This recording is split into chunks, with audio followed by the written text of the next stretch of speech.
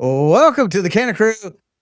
First announcement, Patrick is not consenting to be recorded. He's doing this using the international hand and arm signal for he's wearing a bruised banana jersey. I think so it is. Patrick, how are you? Check the VAR. I don't know if I said that. Check it. I'm well. How are you guys? Ryan, how are you doing? TV screen is now broken. Fantastic. So let's talk quickly about the Battery, Indy 11 versus Charleston Battery. And Patrick, thoughts? I mean, what a day to be alive. 250th anniversary of our beautiful country. Red, white, and blue. We saw it all. We saw red. And then we lost the game. There was some red in there, right? There was red in my eyes. I'll say that. Ryan, what's your general thoughts on the last matchup with Indy 11? Little disappointed. Little? Well, okay. Yeah. Well, I mean, you got to realize too, though, that we'll talk about it briefly, but we'll talk about the run we were just on previously. But, we're going on the road all the way to Indy, 4th of July, and I think this was a mental game for us. We have a lot of players with significant others, with families in the area. And, 4th of July is a special time, especially with it being the 250th here in Charleston and not hosting this game. Whereas last year we dominated on the 4th of July last year. I felt like that was kind of taken from us this year. And I put this as a mental game, honestly. I felt like mentally we were just checked out. And I just had this game as we'll just get over this up. You look at what we were doing, 14-4, goals for, goals against, 14-4 in the last 3 games. I think you literally went through a mental. Do you think, looking at the table, Indy's now at 5th. They've only played 12 matches. Yeah. We played, or at that point, I think they played 11. We played 14. So there's 3 matches, in hand on us. So do you think maybe that played with it? We looked down the table and said, oh, they're down mid-table, they can't be that good. And actually they're pretty good. I think it was the trip.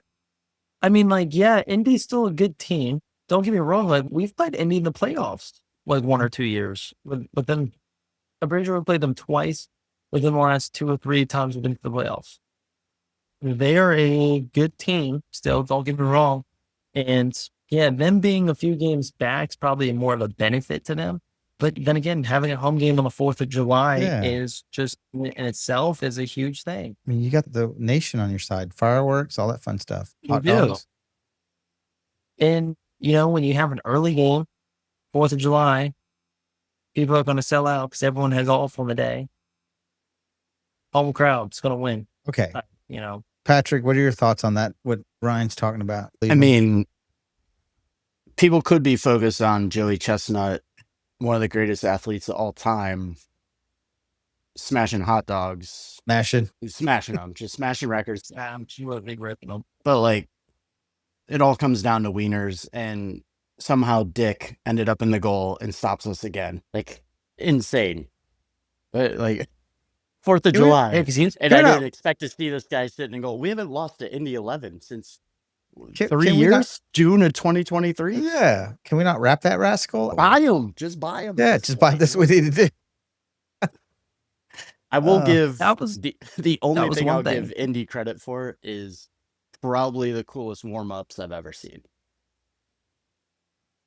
I don't know if you guys caught a glimpse. The burgers, the dogs, little firework action. I thought you were talking they did like a Maradona warm-up or something like that. No, I was one of their side. They were awesome. Their warm-up tops looked like something you'd see on these websites that promote 4th of July shirts. It was pretty cool. We need to capitalize on that, don't we? Maybe that's what tilted the scale in their favor. It's a strong possibility. Because we had chances and we looked very dangerous. Do we need to talk about one this? Offside? Yeah. Total shots, 18 for Battery, 9 for Indy. Shots on target, 3 and 3. Okay. I think it looks like one of those that we did well on all the stats, but it doesn't mean we put anything in the back of the net. I think the biggest stat you have to look at is 13 shots inside the box. Yeah. Somehow the ball kept falling to Berry, and he just could not get it in there. Hey, but all in all, though, shout out to Ycaza on winning Play of the Month. And not just him. There's somebody else who won something of the month, too. I think it's Coach Pyramid, right? Coach he Pyramid. He didn't win Player of the Month. Who? Ycaza didn't? Hey, Coach of the Month. No, Pyramid. Yeah, he was getting competition with Ycaza. No, I think Pyramid won Coach of the Month for June. I mean, they're in separate categories. So, yeah, they helped each other earn this guy, the month award. This is a party killer over here. I know. Separate categories? What are you talking about? Separate categories? One's a coach, one's a player. It was for Player of the Month. And Pyramid do we need to talk about C coaching again? If you didn't catch that other one, we have a separate podcast talking about coaching that we just recorded. Listen to it. It's fun. So anything else we want to talk about with Indy 11 game? Let me give you one, because we have Dog Zamudio a lot. He had a humongous save in the first half. That was a, for sure, well-struck shot that I thought was going in, and somehow he just dove backwards, hand stretched, smashed it out of play. It was a phenomenal save. So how does he do that? Let's talk about Opupo for a little bit. So how does he do something like that? Because we've seen phenomenal saves from him, but then other ones are howlers. How does he deal with that? Ryan, I'm going to lean on you on this one. How does a keeper deal with that? But that's what it is. Level of difficulty? Like he shows up for like the really difficult shots more than the ones that seemingly are the easier ones to save? He's consistent in being inconsistent. And what that is that he is consistent in making big saves at big times, but then making faltering mistakes. And it's like a lapse of judgment. So it's like an overcorrection. He's thinking that this is an easier play and going one step ahead of that already, and then not finishing out what's in front of you. So how do you get that out of him? What drills do you? How do you get that out of a keeper? You got to humble yourself and slow your momentum down, slow your focus, and relax and always go play by play. Play what's in front of you. And that's how you then go on. From a coaching aspect, because you have a keeper coach, you have somebody that's supposed to be mentoring you, advising you, all this other stuff. What do you do as a coach, as a mentor, to help guide them through that process? If I have one of my players going through, I mean, it's a similar situation for high school this year, and guiding these players through similar situations, we have to.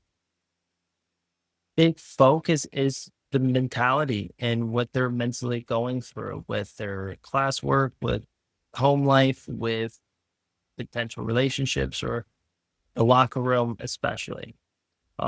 Creating a good culture in the locker room, because you have two ways right now. Many or your keeper can either turn around, falter for the rest of the season, and quit or be sold, leave, because of how toxic the locker room can be towards them, because it's all their fault. It's all on him. He can't hold the ball. Or does he get supported? They go back to the training ground with the goalkeeper coach and continue to work and continue to build. Just working on his handling, continuously working on the basics while progressing in every other category. Because you do your warm-ups and you just focus on your warm-ups a little bit longer, and then you move on. Now, hypothetically, because I don't know what's going on in the Battery scene, down there. But at what point do you maybe give up on that keeper and say, hey, we've got a number 2 we're bringing in, versus, or maybe at the same time, bring in an outside keeper coach that's going to give a different perspective? Do you think that would be beneficial? Because reason why I'm saying this, because everybody has a different learning style, right? And so do you think there's any room for that in coaching on how to teach players such a technical position as keeper, different learning styles or something like that? I don't know. I mean, I would absolutely love an opportunity like that, being that there's only about 3 or 4 goalkeeper coaches in Charleston. I mean, you see Daniel Kuzma had to start his own goalkeeping company just now because there's no goalkeeper coaches in this area. They haven't really had the chance to have a training session or do anything like that with him, but would love the opportunity to have a session to learn from him, but then to also throw out other ideas and how they can build upon it. I'm not saying any of my ideas would work, but just saying that it just makes him think of, hey, I could actually do this session a little bit differently because of what you said here. Even though it's not even remotely possible, it made me think of something else. There's really no internships. There's no coaching invitations or combines or really anything like that or consulting that I see. Well, sometimes I wonder if when you get into a teaching style and you know what you're teaching and you get the command of what you're teaching, sometimes people that are teaching forget that maybe they need to adjust their teaching style or look outside of what they're doing and take some mentorship from somebody else going, hey, maybe if you looked at it from a different perspective, maybe that would help them or football. I'll just add on, it's working. From what we've seen, this progression is working with him. I think all the talk we just had isn't on his performance in this game, because I think you can look at his stat line, you can see 2 goals went in. There's a lot of different kind of variables that led to those goals and things that happen that caused them. He had an outstanding first half. The biggest that doesn't show up on paper is he kept us in the game. He kept it a 0-0 draw while we were still attacking the other end of the field, trying to score our own goals. And my drawback or takeaway from this game is we didn't finish our chances. We didn't get it in. We saw a goal go in, called for offside. That should be enough motivation to go ahead and get that goal. You beat the keeper who's been blocking you this whole game. Go ahead and get one. It can happen. Yeah. Absolutely. What do you think about having Burner in there? Because I think he's a little bit older than El Pupo and he's got more years experience. Is that helpful having a more mature keeper to help work on your skills? I think mentally it depends on how he's trying to be coached and how Zoo's wanting to learn and wanting to grow. For me personally, as a goalkeeper coach, right after the Indy game, if I played Zoo, I'm telling him after the game, don't worry about it. We're going on to the next one. That was a scratch game. There's quite a few wash games though. Well, that game right there, in my opinion, I wouldn't have even played Zoo. And I know I say certain things about Zoo in negative ways. This isn't one of those times. Like he's played very well the last few games, and I would have rested him this game. Would have rested him. I would have played either Kuzma or I would have played Burr in this game. And I felt like that would have given you just a different look in the back because it's a different look. Again, you're on the road. It's a bigger spectacle and so forth. Whatever result is the result, right? You're not. I feel like the loss was already predetermined, and I don't feel like we capitalized on that. We didn't let certain players rest or certain things happen in a way to allow us to take on the fixtures ahead, if that makes sense. We got some fixtures ahead that are going to be very tough for us. Like, for example, this Saturday, must win. Let's back up before we talk Saturday. Let's talk about Ycaza and the hard work he's put in to be named as Player of the Month. That's consistency, and he has been playing for the Battery for a couple years now, and he's just shown he's got the grit to be able to do and lead from out there on the field. And I'm assuming he's a massive leader inside the locker room. I think it comes off of when we talked a few podcasts or a month and a half ago of, is he going to step up and be this leader? And I think he's starting to prove it. He's starting to fit this role of like, hey, yeah, no, Malloy's not going to just randomly show up in the locker room. Archer's not going to show up in the locker room. Like, I have to be that consistent guy in the field. Like, love Kelly, but Kelly's not that guy. Kelly is kind of a role player. Kelly can be off the field, and that's okay. Allen, he's older, so he is more of like, I feel like leaned on for leadership, but it's Ycaza's team. It's Ycaza's the focal point. Ycaza's the one driving this. He's creating the plays. I feel like he's done this incredible job in the last month of stepping up and becoming this guy that can be, you guys turn to me. I'll take it, and I'll I'll lead from my play now and not get subbed off the field, not coming off deflated. Like that energy's back of the old Ycaza we saw sprinting around the field, constantly going, being that dog, that workhorse that just is the energy of the team. I feel like he's back now. And it's such a difference maker in this team. Like we had how many 13 shots? We just didn't finish them. Yeah. There were plenty that things were created by moving the ball and then crossing it across the box on the ground, not like a cross in the air. Shout out Messer, by the way, who was fucking everywhere. But like he's always everywhere.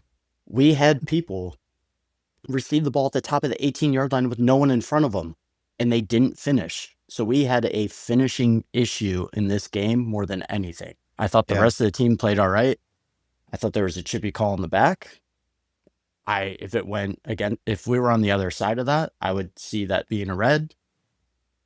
But all in all, I feel like this team is starting to get that flow together, that leadership from Ycaza, Zamudio going in the right direction of understanding and putting in these good performances and not letting easy goals in first half to like deflate us.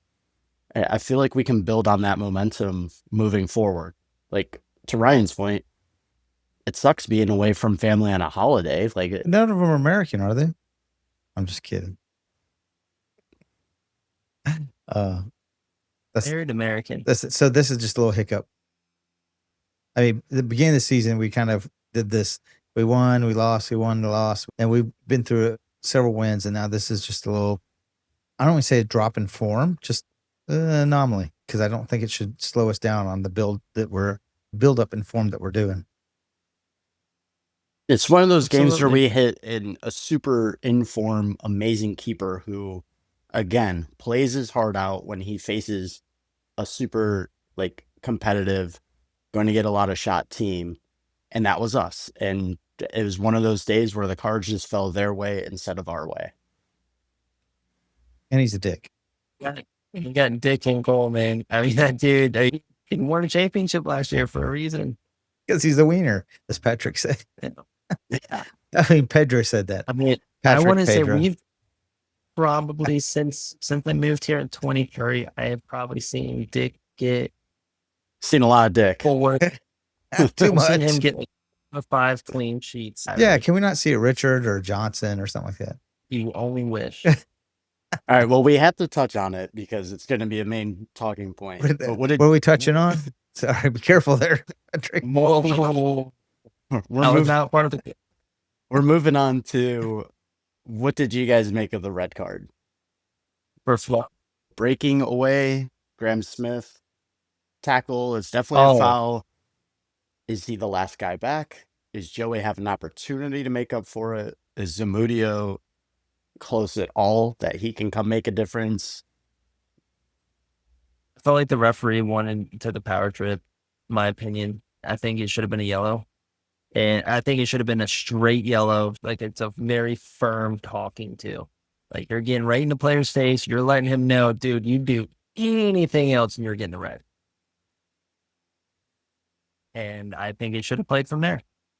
And because I don't think he was truly the last man. I think there's some considerations the referee's got to go through in his head, and they know this because they're professional officiants and they talk this stuff. And I don't know if all the considerations were met to issue a red card. But hey, I'm just an amateur referee. Hey, you amateur referee opinion, what do you think it is? What would you have called? I'm just saying I didn't meet all the considerations for a red card. Well, here's my thing.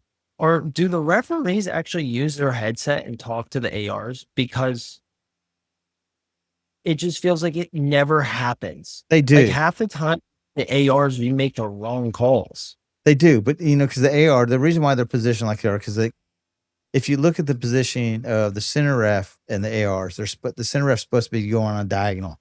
So that way, all the players, as much as you can, the plays between you and that AR. So you're looking at from two different directions. I'm assuming they're communicating, because why would you have a headset on and not communicate? But when you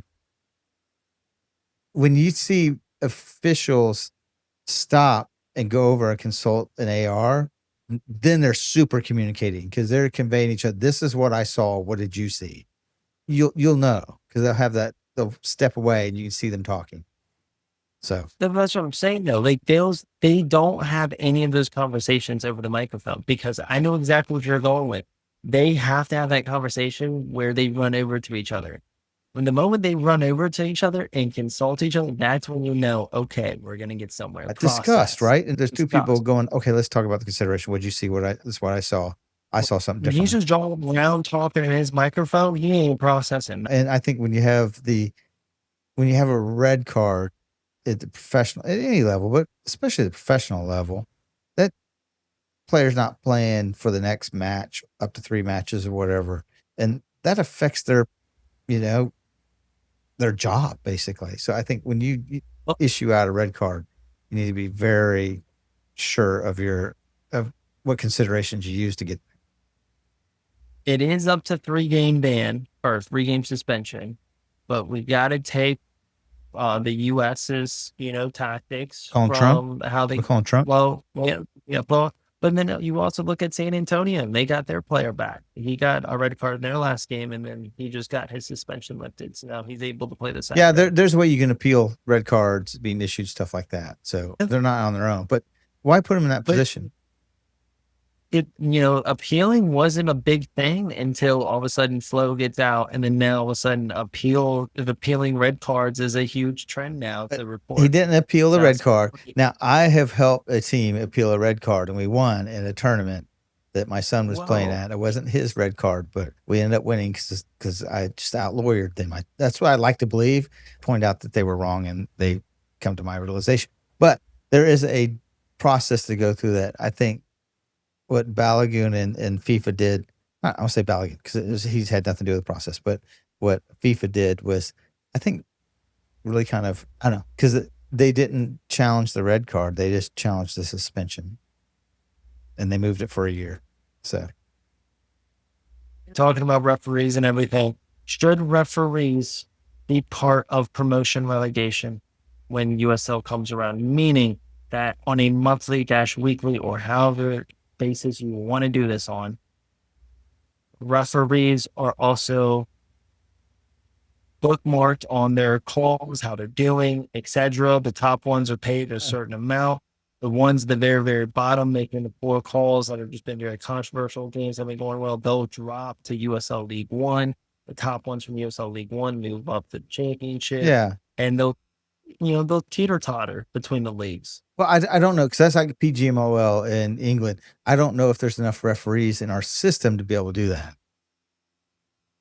But I think they should. I don't want to say be evaluated, because the referee that nobody talks about probably did a really damn good job, because nobody's talked about it. Here's the other issue. It's that you talk about how there's such a referee shortage, but they also don't make it that easy to becoming a referee and going through the process here locally can be an easy task to do.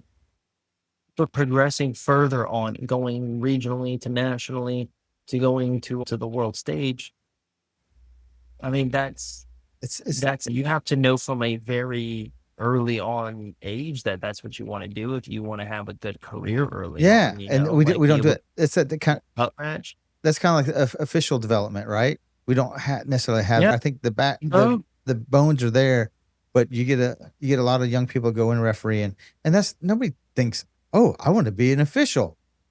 A lot of times there's ex players that pick it up after they can't play anymore, stuff like that. But I think there needs to be a process, and there is one, but it needs to be a better one so people can progress through that. So we're producing good officiants too. Was there any USA officials at any of these World Cup matches? I don't know. I'm coming from a state, Virginia, where I was used to competing. We would go to nationals, and we would probably send about 5 to 8 referees from Virginia to go referee at national level stuff. Come down to South Carolina, and we're sending 2 to 3 at the state level, and then we have a few that go to and we have maybe, I think it was 1 last year that went to nationals or 2. I just feel like there's a massive gap in between. There's definitely a gap in between some that we have here in Charleston and those in Greenville, and then those over near like Aiken and Augusta and stuff like that. So we're too friendly. We're not hard enough on the refs like the Colombians or the Brazilians. We're too nice. The refs don't develop it. like, no Or one gets it's not that the harassed game. constantly. Death threats by their family. That's how you harden up officials and they make the hard calls. But listen, you could have the greatest ref in the world. He's going to make mistakes. Yeah. This is why we're all going to have this conversation about VAR and like Yeah. the direction it's going with soccer. And like it was similar for anyone else in like the US, the baseball situation of like, you have human error in this stuff. And like, And that's what is your fine line? Are you going to continue with human error, how it's been forever that everyone's used to? Or are we going to go on this new era where things transition and it's going to be a very long learning process until it becomes corrected or a new adjustment to that, which people understand? So like, it's wrong, but if you think about how many decisions an official has to make on the field during that 90 minutes, it's astounding. If you were judged on every judgment, it's your regular job that you're a professional at, and you had to make that many decisions, you're going to make a certain percentage that might not be agreeable to everybody else. And if you make one of those decisions that isn't agreeable to everybody else, and you have a coach, or if you make a certain call and you have a coach shouting, just wanting to have the word to understand, like I'm always that coach because my reasoning is I need to be able to explain to my players not only what happened, but also to coach them and to show them, teach them the proper technique of that's how you do the proper tackle, or that's how you do the proper, whatever it is, right? But if the referee blows you off, whatever, and you're just trying to get his attention, I've been yellow card. I was yellow card 6 times last season. We're just trying to get the referee's attention to get him to come over, and they don't want to, so just an immediate yellow card. And I had one other referee, great referee, because he openly told me this. He made the wrong call. He said, hey, I blew my whistle for a foul. I thought I saw this. Talked to the AR. I didn't. We're just going to continue to give them the free kick coming out. And I was like, that's fair.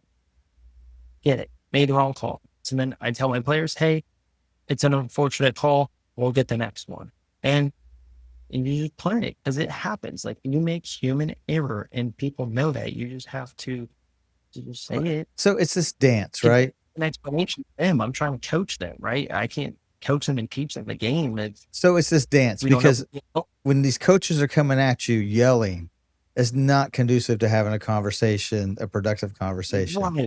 When the game's going on, it's not conducive to having a good conversation. You can have a short thing like that, like, hey, I missed that one. I didn't see it. I made the wrong call. This is what we're going to do anyway. So I'm sticking with it. Now, that's kind of what halftime is for and after the match. And don't be confrontational. Just say, hey, I need to teach my kids. If that tackle was bad, tell me what was bad on it so I can teach that player how to tackle a little bit better that's within the laws of the game. It also would help immensely if coaches knew the laws of the game. They don't. So I think the biggest issue we negate over, and like you and I, Granit, probably argue about the most in unison, maybe we don't argue, we bitch and moan about it, is just consistency. Yeah. If every referee across the board, country to country or whatever, holds the same consistency of what constitutes a foul, what constitutes a dive. We see diving all the time, which used to be, hey, our new thing, we're going to card diving. That's gone away. It's still in the rule book. Yeah, it's still in the rule book. Look, you gave a thumbs up. To like, I do that too. To yellow card someone for simulation. It's just now referees don't do it because it affects the game. Well, yes, it does affect the game. So does simulation. That's why it's in there. Yeah. So if we get back to a consistent level of, and this doesn't have to be consistency like this ref is consistent, this ref is on the same level. No. How about just one game, this team and this team, each foul I see, oh, nice. Everyone loves it. Each foul I see, if one team does it, the other team does it, it's called the same. Because there are games where you have these moments, maybe a player is chirping or a coach is talking too much, and the ref's getting this bias and starts to call it more lopsided and let things go the other way. Yeah. And that's not okay. And that's where I think a governing body needs to step in with referees. But a governing body in this country to go ahead and make these corrective actions for them. Say, hey, you're suspended for 3 games. You're suspended without pay for 3 games. You made really bad mistakes and favoritism in a game. We could see it. It was bland. And some retraining. And some retraining the sideline, but some also retraining. Yeah, and I can see, referees are human. They're going to get a little angry, maybe a little biased, but they should still remain their most professional self as they can. I can get angry in my job at clients, but I'm still professional. I can go bitch about it afterwards and say, hey, I'm not going to go back to a house like that or deal with clients like this. Yeah. But you have to remain professional. This is your job. This is what you're getting paid to do. This isn't your side hustle of like, hey, I go $40, go referee some like 10-year-old kids on the weekends. You're a professional referee earning a professional living that supports your life, and you have aspirations of going up to the next level, World Cups, whatever. Yeah. Take it more serious. And I think U.S. soccer needs to step in and do that for our country. And every other country in the world needs to do that to be more consistent. The fans will love it, but we can then, as a fan base, grow to understand what's going to be more consistent and that there are repercussions for actions. So let's look at the World Cup and use that as an example. So during the group stage, there was consistent refereeing, except for every once in a while there's an anomaly of calls. But you can see how it's different than what the English Premier League might call fouls, what the Liga might call fouls. And that was all directed from the head referee for FIFA, because he's, giving out instructions what a foul is, what isn't a foul, what, pulling a jersey, if it's not, I think it's when somebody uses material to a play, then maybe that's not a foul. You don't need to call that. And that's what you're getting at. I don't know if that's the same here. I don't know if USL, there's a referee organization over USL, or if it's just FIFA, and that would allow that to go, hey, you're not going to be a center officiant for the next 3 matches. You're going to be an AR, or you're going to be that 4th official. So that way you're still in the game and you're still learning, but I'm not sure. There should also be more strong repercussions. If you're consistent with bad calls, you don't get to go in the VAR. You don't get to be a head ref. You're kind of just demoted for a year. You're on probation. If this continues, there's going to be a more severe punishment. Wow, you went really deep here. It sounds like y'all support my thing about the referees going up and down. No. I think they should be executed. Just consistency. I don't know if we see it at USL level, because we know we've seen some officials go out there and show up center. And we go like, okay, if you guys are listening, take this into your own hands. But we need cakes. We need that. The lady referee, who's the best in the USL, to just go ahead and teach classes to everybody. That's what I was going to say. So when I see her come out there as a center official, I'm like, okay, this is going to be a consistently refereed match. And she's also she makes stuff. Yeah, men are afraid of whipping. She's FIFA qualified. I mean, she's made it to the top levels that she can make it. The referees aspire to, I guess. It's that consistency. And we've seen other referees come out there and go like, oh shit, this is going to be a shit show. Yeah, we can go on this forever. I mean, a great thing to do, tell the captains from the beginning, just you guys to come talk to me. Yep. And that's a great way to negate a lot of issues on the field. And they should be having that captain's meeting. You should see officials talking to the captains of the team going, hey, this is the way I'm going to call things. So play according. And that's a great way for youth players to learn. Like, you want to be a leader on a team, this is how you step up. You understand, and you're able to communicate to your team and communicate to grown adults on like, hey, okay, I understand your point. May not agree with it, but I understand what you think you saw. So one of the fun things that happened in my life was my daughter used to AR matches that I was a center official, and she used to always giggle. She liked to go over on the parent side as an AR and hear all the parents gripe about me. She thought it was kind of fun. It's like, well, he sucks. Okay, he made a good call, but it still sucked. And she'd always tell me after the match, she says, oh, these one parents, they were just all over you. So we get enough donations, the 3 of us will go referee a game. We'll be a referee officiating team. We'll give you guys a show. Okay, do we want to talk about next match quickly? Because we've been going at it for 30 some minutes. Take it on. And Ryan's talking. What are you saying, bud? I said I do have to get going. Do you have anything to say about the next match? It's a must win for us. Winner of this game wins the bracket. and they're in control. Pittsburgh does have a chance if both teams tie. So we Just gotta win. we need to win in 90. At home, too. At home. Yeah, we're at home, too. And it's going to be, what date is it? Saturday. I'm trying to see if that's like 7:30. There you go. July 11th, 7:30, Patriots Point. Show up. We lost last time to Charlotte Independence. So we want revenge. And it's all those scumbags from Charlotte. They're trying to bring all their traffic down here into Charleston. Add even more traffic. Bastards. Okay, that's all I got. All right, see you, boys. Peace. Can you feel the thunder?